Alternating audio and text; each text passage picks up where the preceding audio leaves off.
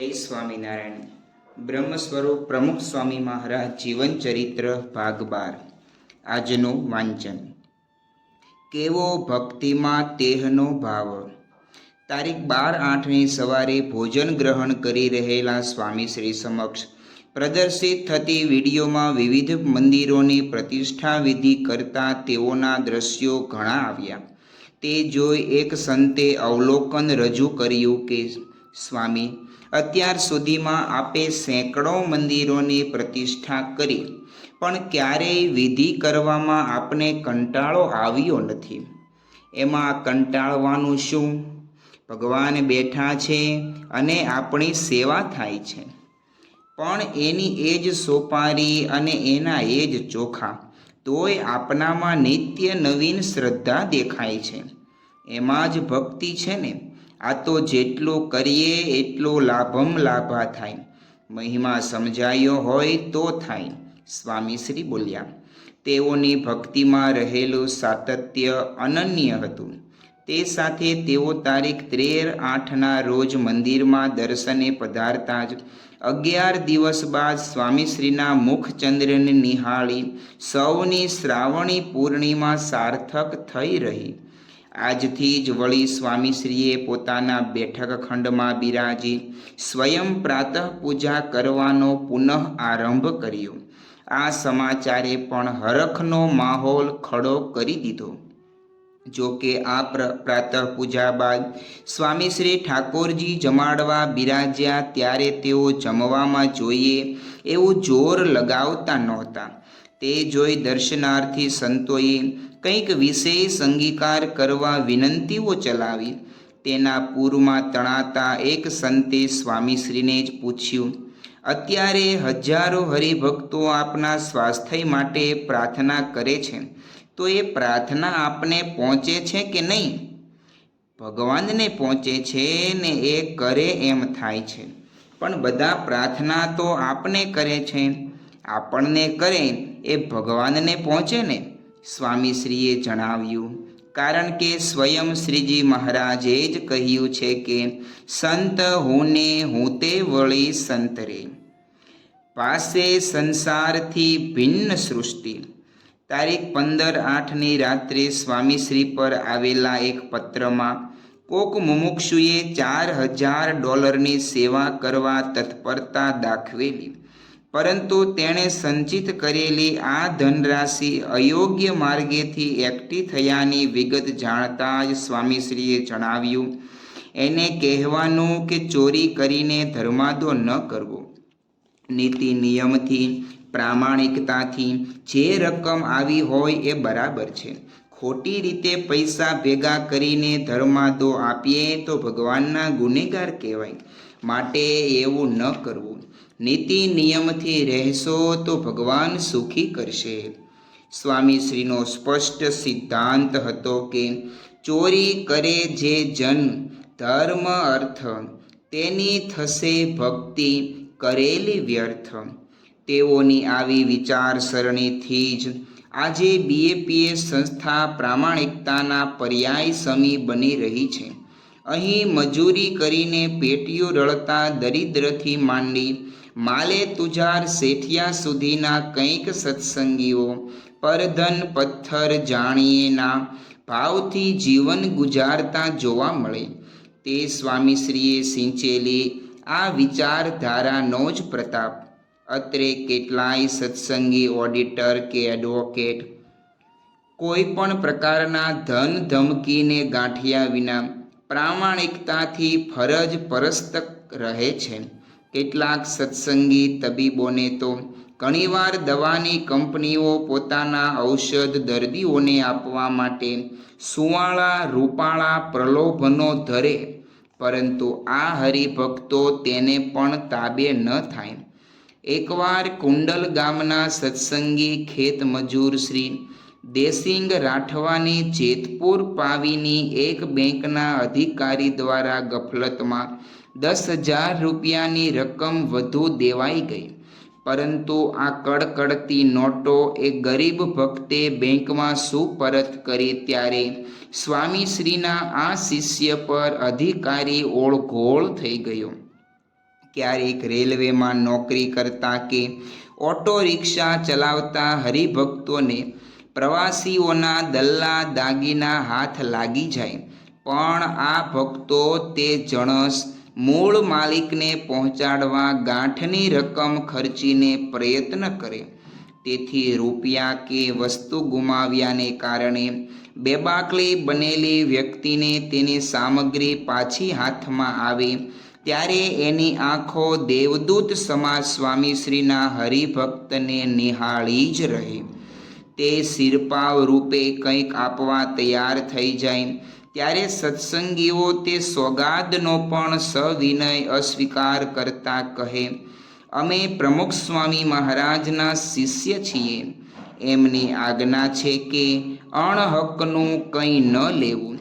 અમે તો અમારી ફરજ નિભાવી છે, તેમાં ઇનામ શાનું? ક્યારેક જો માલિકનો પત્તો ન લાગે તો સત્સંગીઓ પોતાને મળેલી મતાને ઘરમાં ન સંઘરતા મંદિરમાં ઠાકોરજીને અર્પણ કરી દે. એકવાર સુરતના આપણા મંદિરમાં મધ્યખંડના ઉંબરેથી હાથ લાગેલી ચિઠ્ઠીમાં કોક ફૂટડા કિશોરે લખી મોકલેલું, હું BAPSના કિશોર મંડળનો જ સભ્ય છું, પરંતુ નામ આપવા હું રાજી નથી. હું તમને આ પરબીડિયામાં 15 ગ્રામ સોનું મોકલાવું છું. આ સોનું મને મળેલ છે. મેં ઘણા દિવસ રાહ જોઈ, પણ તેના કોઈ માલિક મળ્યા નથી. એટલે આ મિલકત ભગવાનના ચરણોમાં આપી દેવાનો નિર્ણય લીધો છે. જે વ્યક્તિની આ મિલકત છે તે વ્યક્તિને ભગવાન બીજી કોઈ રીતે મદદ કરે એવી આપ પ્રાર્થના કરશો. સ્વામીશ્રીના સાનિધ્યમાં પાંગરતી આવી પ્રામાણિકતાનો પન્નો કોમળી વયના વિદ્યાર્થીઓ સુધી ફેલાતો. તેઓ પરીક્ષાઓમાં તો ચોરી ન જ કરતા, પરંતુ શરત ચૂકથી પોતાને મળેલા વધુ ગુણાંક પણ શિક્ષક પાસે જઈને ઓછા કરાવતા ત્યારે જ તેઓને જંપ વળતો. અમેરિકાના એક સત્સંગી બાળકમાં જોવા મળેલા આવા ચારિત્રના ચમકારાથી અંજાઈને તેની અમેરિકન શિક્ષિકા શ્રી માર્ટિનાએ તો લેખિતમાં બયાન આપી દીધેલું કે I am incredibly proud of Vaibhav's high value and ethics. His integrity is amazing. I ask him where he receive his high moral and he responded that he learned from his temple. It is so inspiring to have a student that practices honesty, respect and responsible behavior without any instruction from his teachers.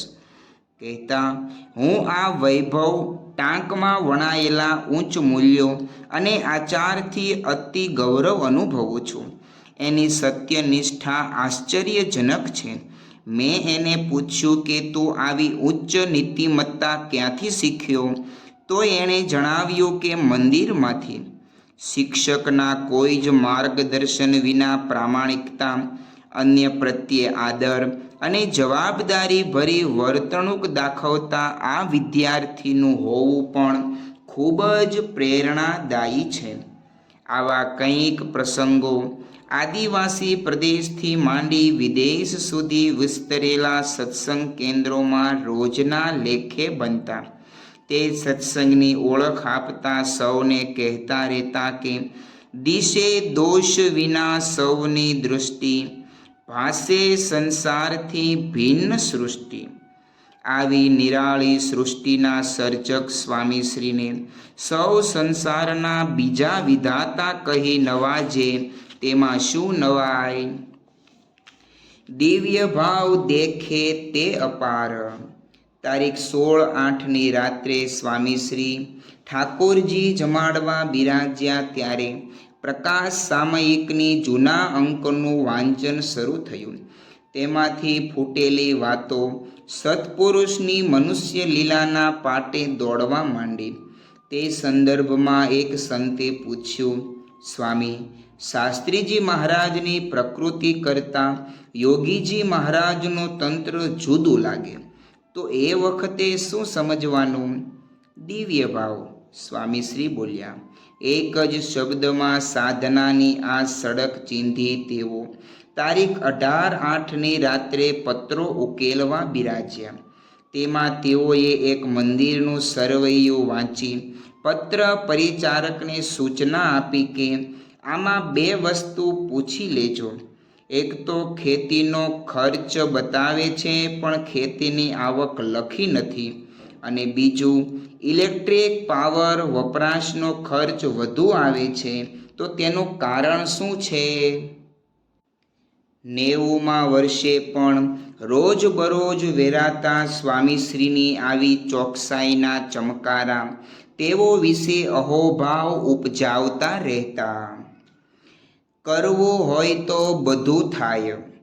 આ અરસામાં સ્વામીશ્રીના સ્વાસ્થ્યની સાનુકૂળતા સાચવવા તેઓ બપોરે અને સાંજે પથારીમાં સૂતા સૂતા જ પત્ર શ્રવણ કરે તેવી વ્યવસ્થા તબીબોએ ગોઠવેલી.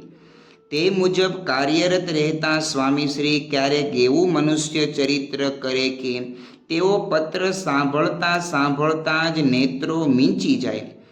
તે જોઈ પત્ર પરિચારક વાંચવું થંભાવી દે, પરંતુ જેવું વાંચન અટકે ત્યાં સ્વામીશ્રી આંખો ખોલી આગળ વાંચવા આદેશ આપે. આમ દિવ્ય ભાવ અને મનુષ્ય ભાવના 2 કિનારાને સ્પર્શીને વહેતી તેઓની સેવા સરિતામાં તારીખ 31 ઓગસ્ટના રોજ આવેલી વિક્રમ સંવત 2067ની ભાદરવા સુદ ત્રીજ એક તેજસ્વી તવારીખ આંકી ગઈ. બુધવારના આ દિવસે અહીં અમેરિકાના રોબિન્સવિલમાં નિર્માણ પામનારા અક્ષરધામનો શિલાન્યાસ સમારોહ યોજાયેલો. આ અવસર વેદોક્ત વિધિપૂર્વક અને શાનદાર રીતે સંપન્ન થાય તે માટે સ્વામીશ્રી જાણે માંદગીને સાવ ફગાવી દીધી હોય તેમ સક્રિય થઈ ગયેલા. તેથી આ નિમિત્તે અમેરિકાથી આવનારા હરિભક્તોના ઉતારા અને ભોજનથી માંડી વિધિમાં બેસવાની વ્યવસ્થામાં તેઓએ ઊંડો રસ લીધો.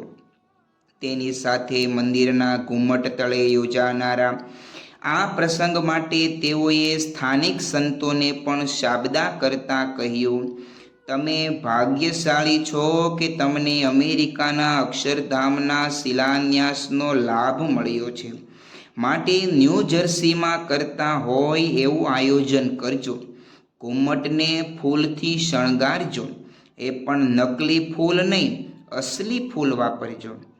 આયોજનના આ ક્રમમાં જ્યારે વિધિ વિધાન સંભાળનારા સંતોએ સ્વામીશ્રીને કહ્યું કે અહીંની મહાપૂજામાં ષોડશોપચારનો વિધિ કરવાની જરૂર નથી, કારણ કે પૂર્ણ મહાપૂજા તો અમેરિકામાં થવાની જ છે.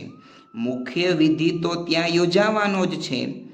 આ સાંભળી જ સ્વામીશ્રીએ તેઓને જણાવ્યું, તમે સમજો, મુખ્ય વિધિ જ આ છે, મુખ્ય ઉત્સવ જ આ છે. ત્યાં તો ખાલી પૂજા દ્રવ્યો વગેરે પધરાવવાનું જ છે. આ અભિપ્રાય સાથે સ્વામીશ્રીએ વિદ્વાન વિપ્રોને પણ આ વિધિ કરાવવા માટે હાજર રાખવાનો આદેશ આપી દીધો. વળી એક આયોજન મુજબ મુખ્ય શિલાઓ ઘુમ્મટમાં સદ્ગુરુ સંતો સમક્ષ મુકાઈ અને અન્ય શિલાઓનું પૂજન અભિષેક મંડપમાં થાય એવી ગોઠવણ વિચારાયેલી. પરંતુ તેમાંય ફેરફાર કરીને સ્વામીશ્રીએ તમામ 63 શિલાઓ મંદિરના 3 ખંડો સમક્ષ મૂકવાનું જણાવ્યું. તે દ્વારા તેઓ વિધિમાં સામેલ પ્રત્યેક હરિભક્તને પૂરેપૂરો લાભ આપવા માંગતા હતા. આ જ હેતુસર સ્વામીશ્રીએ શિલાન્યાસ વિધિમાં સવારે 7 વાગ્યે હાજર થઈ જવાનો પોતાનો સંકલ્પ પણ તારીખ 30/8ની રાત્રે જ જાહેર કરી દીધેલો. જોકે આ મનોરથ પૂરો કરવા માટે સ્વામીશ્રીને રોજિંદા ક્રમ કરતાં વહેલા જાગવું પડે એમ હતું. આરામનો આ લય તોડવા જતાં માંડ થાળે પડેલું તેઓનું સ્વાસ્થ્ય જોખમાય તેવી ભીતિ સંતોના મનમાં હતી. એટલે સૌએ સ્વામીશ્રીને કલાકેક મોડા આવવા વિનવ્યા. ત્યારે તેઓ મક્કમતાપૂર્વક બોલ્યા, હું કાલે પૂજનમાં 7 વાગ્યે આવી જવાનો છું. મારે બીજું કાંઈ સાંભળવું નથી. તમારે જે કરવું હોય તે કરો. સ્વામીશ્રીનો આ ટંકાર સાંભળી સ્થાનિક વ્યવસ્થાપકે કહ્યું, બાપા, આપ વહેલા પધારો એમાં અમે રાજી જ છીએ, પરંતુ અત્યારે યજમાનોને વિધિના પ્રારંભનો સમય સવારના 7:30 વાગ્યાનો અપાઈ ગયો છે. બધું ગોઠવાઈ ગયું હોય તો ફેરફાર ન થાય, કરવું હોય તો બધું થાય. આખી રાત પડી છે. અમે પણ ઘણા ઉત્સવો કર્યા છે. છેલ્લી ઘડીએ ફેરફારો પણ થયા છે. રાત જાગીને બધું ફેરવી નાખ્યું છે. તમારે પણ ખાલી રાત્રે જાગવું પડે ને સવારે વહેલા ઉઠવું પડે એટલું જ છે ને? આ તો જ્યારે કરો ને ત્યારે થાય. એવું હોય તો ઉતારામાં રૂમે રૂમે જઈને હરિભક્તોને સમય આપી દો. તમારે મને મદદ કરવી જોઈએ. તમે આમ વ્યવસ્થાના બહાના કેમ કાઢો છો? ખરેખર અક્ષરધામના શિલાન્યાસ માટે સ્વામીશ્રીના ઉત્સાહે માજા મૂકેલી. તેથી તેઓની એક એક દલીલમાં વેધકતા હતી. તે સાથે જ તેઓ વધુમાં બોલ્યા, તમારે જે કરવું હોય તે કરજો. હું 7 વાગ્યે આવી જઈશ. હું મારી પૂજા ત્યાં ઘુમ્મટમાં કરીશ. ભલે બધા આવતા જાય. હરિભક્તો જેમ જેમ આવે તેમ તેમ તમે ગોઠવતા જજો. હું મારી પૂજા ચાલુ રાખીશ. હું તમને ક્યાં નડું છું? હું ત્યાં પૂજા કરું તો તમને વાંધો નથી ને? પણ સ્વામી, આપ એકવાર આવી જાઓ પછી હરિભક્તોને બેસાડવાની વ્યવસ્થા ગોઠવવામાં મુશ્કેલી પડે. મનમાં હોય તો બધું ગોઠવાઈ જાય. તમારા બધાના મનમાં હોવું જોઈએ. આડી અવળી વાતો કરો છો એની જરૂર નથી. આટલું કરી નાખવાનું છે. આ શબ્દો દ્વારા વ્યક્ત થઈ ગયેલા સ્વામીશ્રીના દ્રઢ નિર્ધાર આગળ સૌ કોઈ ઝૂકી પડ્યા અને સ્વામીશ્રી તારીખ 31/8ની સવારે બરાબર 7 વાગ્યે મંદિરમાં આવી પહોંચ્યા. ત્યારે સૌ હર્ષ ઘેલા બની રહ્યા. શ્રી સ્વામિનારાયણ ભગવાનની જય. આગળનું વાંચન આવતીકાલે કરીશું. ત્યાં સુધી સર્વે હરિભક્તોને જય સ્વામિનારાયણ.